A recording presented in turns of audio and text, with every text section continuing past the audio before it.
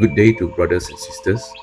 Today, Han Long is going to share and read a story picked from Master Cheng Yan's book, A Steady Heart and Steady Practice. Stories for Living a Good Life. Page 34. A Deer's Beautiful Antlers. The merits and virtue of a spiritual practice are accrued over time. What are merits and virtues? Merits come from having a humble mindset, while virtues come from being courteous and yielding to others. While when we practice both, we accumulate merits and virtues. The Chinese character for merit is composed of two characters meaning work and strength, symbolizing that it takes strength to hone and develop one's skill. Is there anyone in this world who is perfect and able to do everything?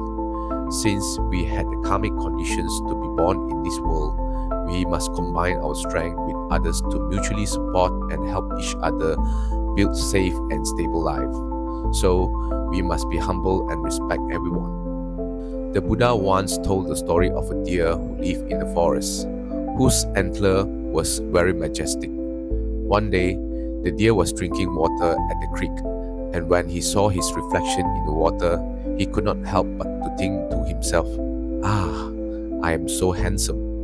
It is really amazing to have such fantastic pair of antlers." But when he looked down at his legs, they were skinny and ugly. This deer felt great pride in his antlers, but he looked down on his legs with dissatisfaction. Just when he was looking at his forelegs, he was suddenly startled by a noise.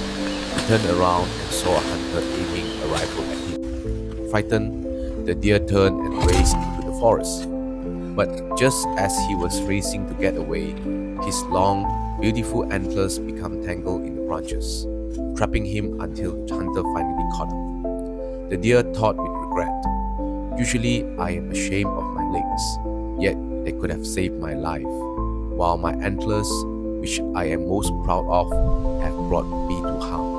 The moral of this little story is that we must remember to be mindful and vigilant so that we do not become aloof, arrogant, and proud.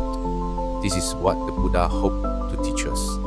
However, we must not disregard ourselves either. We must maintain a calm, steady mind, having a respect for both ourselves and others. We need to understand the Buddha's deepest intention for us, which is for us to apply the Buddha's Dharma in our daily living and learn to maintain this mindset of not being proud, arrogant, or full of self-blame. A person may have a kind heart, but if his behavior is unyielding and he lacks ethic, he is prone to arguing with others. This is very likely the main cause of his failures. Our accomplishments are not something that we should revel in. Rather, they should have been praised and joyfully supported by others.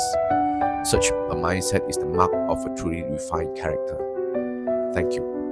In forest deep, where sunlight gleams, a stag admired his branching beams. Reflected there, a crown so wide, magnificent, swelled up his pride. But then his gaze dropped down below. These spindly legs, they're weak and slow.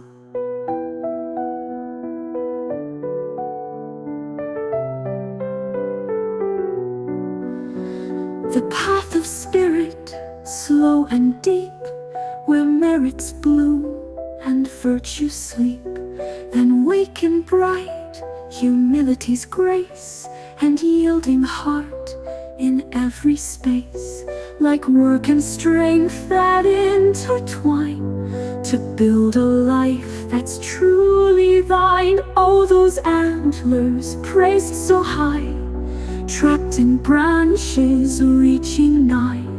The legs he slighted, swift and fleet, could not escape the hunter's heat. Pride can bind and scorn can blind. True worth lies in a balanced mind. A sudden sound, a hunter near, the stag took flight, gripped by fear. His boasted crown, a tangled snare, held him fast in deep despair. My graceful rack, he thought with dread, has brought me to this thorny bed.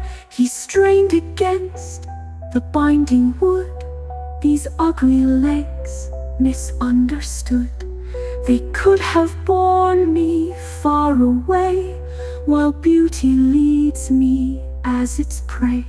Regret, a sharp and bitter taste, for gifts embraced with foolish haste. So let us learn this gentle way, not proud of strength, nor quick to say, I am the best, nor look with scorn on any life that's earthly born. Respect for all, and self as well, where wisdom's quiet lessons dwell.